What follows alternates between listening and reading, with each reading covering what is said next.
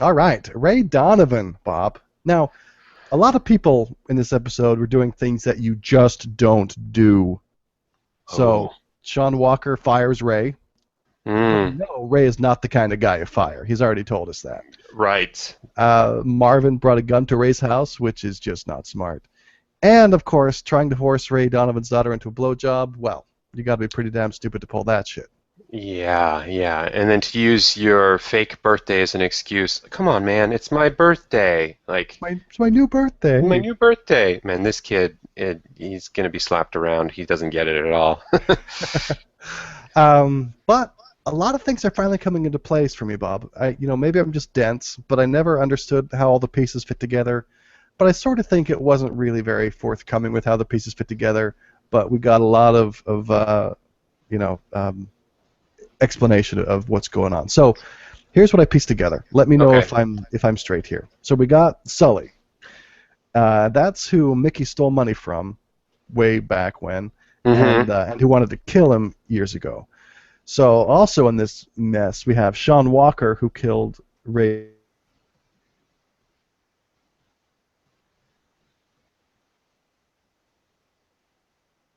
Ray and Ezra framed Mickey for Colleen's murder to put him in jail, and they did that because, well, it's unclear if they did that because Mickey ratted on Sully's family or just because he stole money and then Mickey ratted on Sully's family afterward.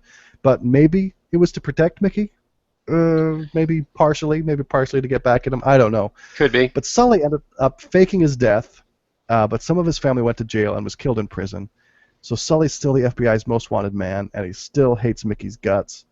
Um, and apparently Ray and Ezra had a lot to do with covering that up, and what we also heard about why the FBI wants Ray because of jury tampering, covering up a crime, and all of it. What they did to or for Mickey, depending on how you look at it. Did I get that more or less right? The way I see it, that is as clear as it can possibly be. That was actually very helpful for me. Admittedly, I hadn't even gotten as far as you did, but that's all coming together. It's making sense. And also, I want to ask, since you're our token lawyer on the show, among other hats you wear, so Ray wants Sully to kill Mickey because that's Uh-huh. better than killing him directly. Like, I mean, assuming the deep down thing inside is I can't kill my own father, and if somebody else kills him, I have less of a chance of getting caught. Those are the two things, I guess, going for Ray psychologically. But is having somebody else kill someone for you, that's not better than just killing them yourself as far as the law is concerned, or is it slightly better? No, it's not. It's not any Just better. double checking. Okay. Conspiracy to commit a crime or solicitation to commit a crime, especially conspiracy, can have the exact same penalty as actually doing it. So this is another one, sort of like you're talking about in Breaking Bad, not quite following him. I think that it wants us to believe that it is some psychological thing for Ray, that Ray really wants his dad dead, but since he had that experience where his kids saw him pull the gun on Mickey, that he can't be the one to do it. And in his mind, it's somehow a lot different if someone that hates Mickey just as much as Ray does is the last person that Mickey sees do it. That's Yeah. what they say. It's not something that really speaks to my soul as something I resonate with, but I think that's what it's trying to get us to believe. Yeah, I'm the same way. I feel like Ray already he's done so much harm by pulling a gun on his own father in front of his kids and pistol whipping him that getting somebody else to kill him, I guess it's slightly better, but Ray, you're a bad father either way, okay? Let's just lay it out for you. Yeah, that ship has sailed, buddy. Right.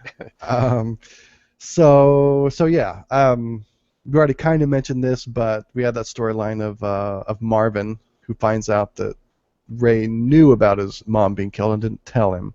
So he shows up at the Donovan home with a gun, and Ray kicks him out very forcefully. Abby, for some reason, feels like going over and comforting Marvin, sticking her nose in where she probably shouldn't.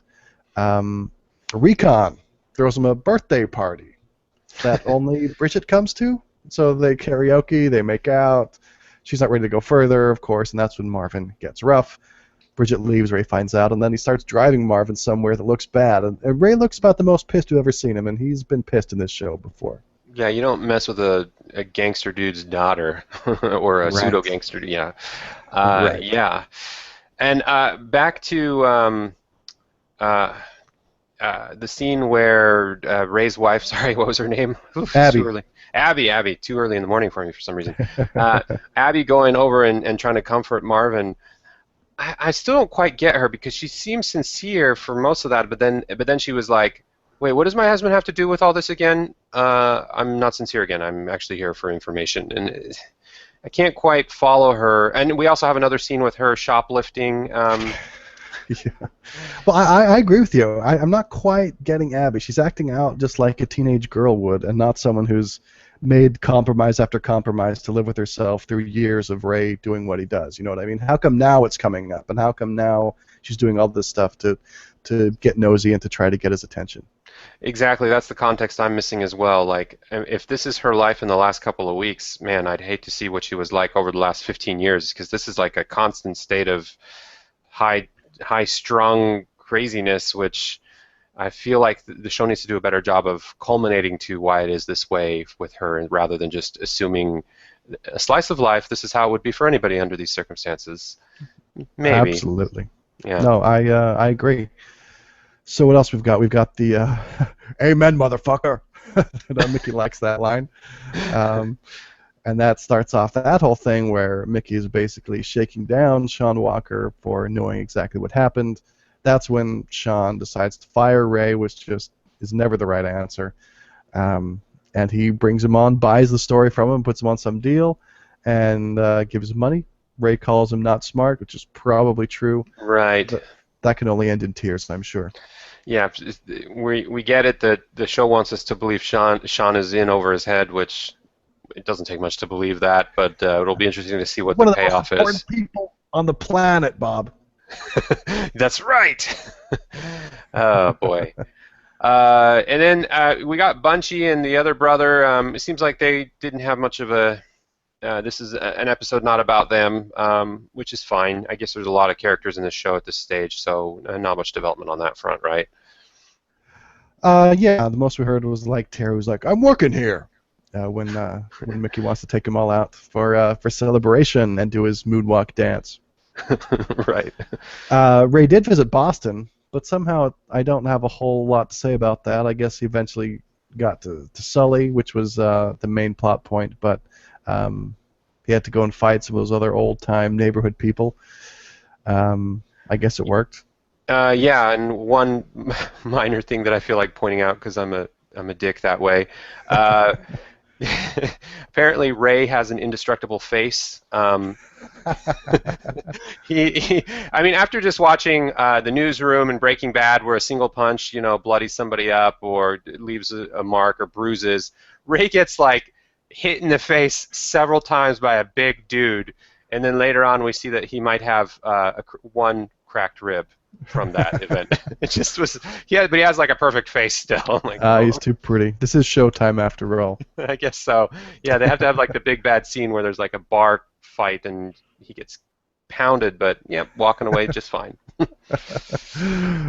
Good eye.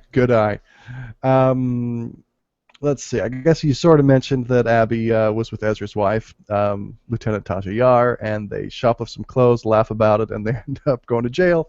And Ray was magically home from Boston in time to bail him out. I guess great timing, huh?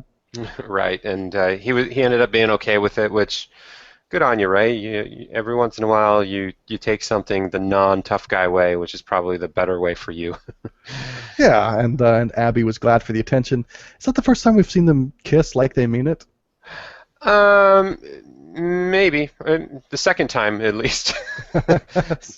Certainly not something they do very much because she was drunk, I guess. Right.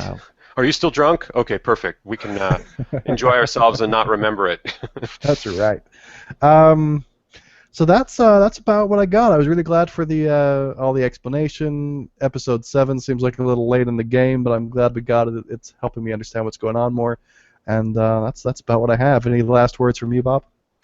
No, I agree with you. I feel like the characters are starting to grow on me. I mean, I have my issues with this show. It's been no secret, but at this stage, I'm interested enough to see where it goes um, because it's interesting in its own right.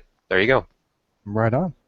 And that is this week's episode of Practically Culture. Find us at practicallyculture.com. Catch our new YouTube channel where you can see video clips of this episode.